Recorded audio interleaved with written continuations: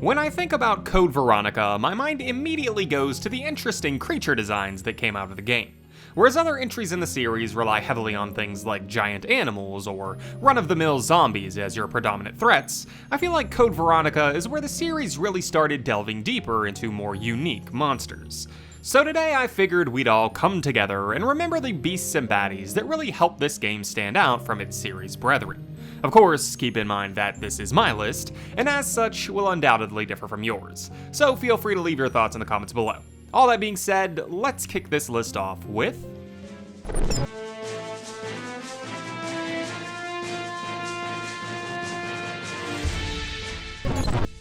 One of the most well-known creatures to be spawned from the lore of the Resident Evil series, the Tyrant makes yet another appearance in this game, bringing with it all the ferocity and power that we've grown accustomed to by this point.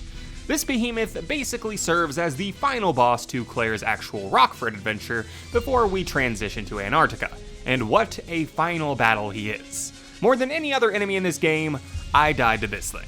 On my first run through of Code Veronica, I spent over an hour trying to defeat this monster in the storage bay of the escape plane, and it's one of the most prominent memories that I have from my time of it in general. However, despite that, I would be remiss to place this thing any higher on the list because it's yet another Tyrant. By this point in the series, we'd already seen this beast several times, and it gets to a point of diminishing returns for me. It does have an interesting gimmick in that it has no limiter to separate it from Mr. X and RE2, but besides that, it's just another silent, stalking gray man. A fun creature to see, but not interesting enough to make it any higher than number 5 on my list.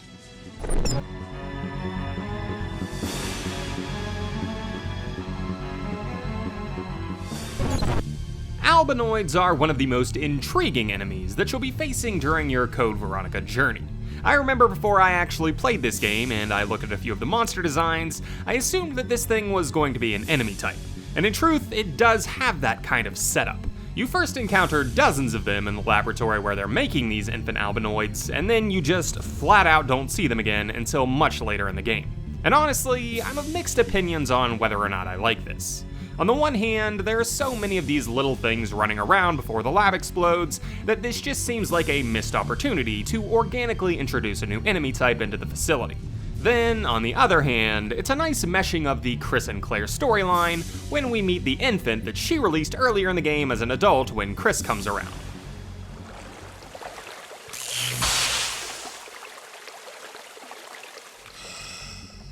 So, as a result, I'm torn, because I'd have liked to see more of these creatures, but with their scarcity, it makes a bigger impact when we get to see the only full-grown adult. Either way though, I do really like the monster design here. This was a salamander that was experimented on with the T-virus, and the end result looks like a headless, almost humanoid beast. So for those reasons, it makes it to the 4th spot on my list.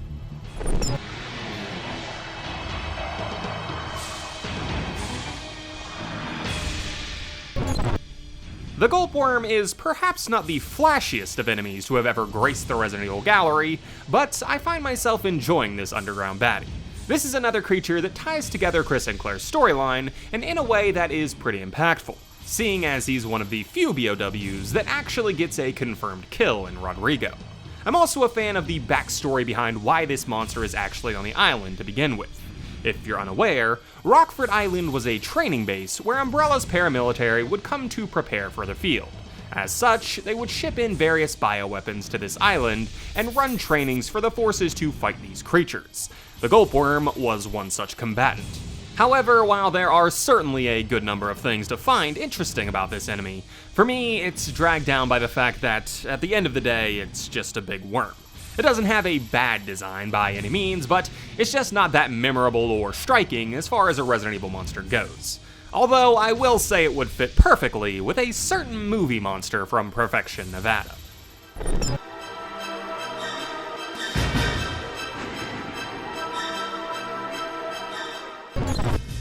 Before I ever played Code Veronica, there were 2 enemies that I'd always been very interested in learning about, and one of them was the Snatch. Visually, for me, this is in the upper echelon of the entire series, especially in the concept art where it just looks so stunningly cool.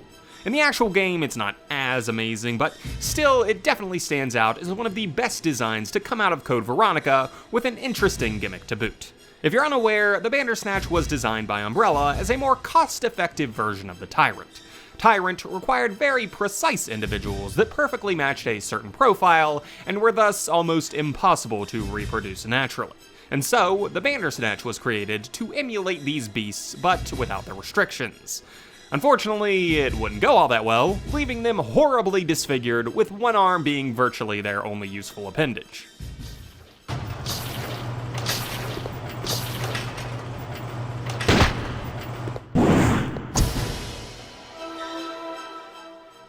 These details make the creatures so much more interesting to me and give it a context as to why we see so many of them throughout the adventure.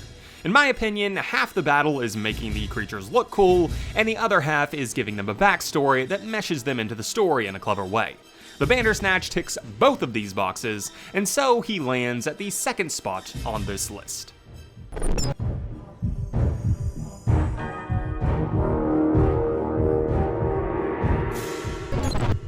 Easily the most intriguing enemy for me before playing Code Veronica was Nosferatu.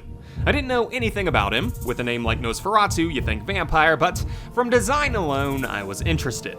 And as I learned more and more about his disturbing tie-ins to the lore, he's easily the most fleshed out and memorable of any other enemy that we face.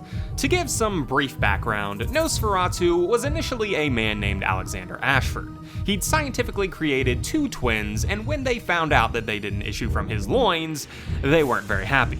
They captured their father and subjected him to the effects of the T. Veronica virus to see what would happen. And what happened was Nosferatu. Now, generally, I don't like to put characters into these types of lists because I think when we actually get to know a person in universe, it moves them beyond just being an enemy and into the category of being a character. But for Nosferatu, all these revelations are made in the documents, so we never have any true encounters with Alexander. And thus, I think he qualifies for this list here. For me, nothing was more gripping than when we first opened the hidden room behind the safe room office and find a locked up Nosferatu just chilling in prison. Having no idea what was happening at the time, and knowing that at some point we'd likely fight that thing, it gave the Antarctic base a cool thread to make the location interesting. Unfortunately, the boss fight was kind of meh, but with such a great design and such a deep tie into the story, for me, Nosferatu tops my favorite enemies to come out of this game.